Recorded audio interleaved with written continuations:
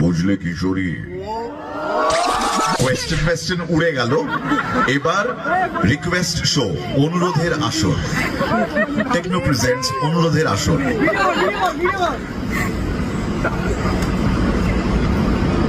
বুঝলে কিশোরী,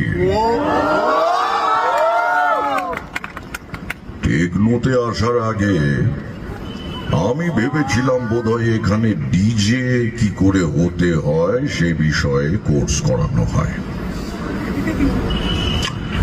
আমার মেয়ে চারি রিসেন্টলি ডিজে সুকেতুর গান শুনছে।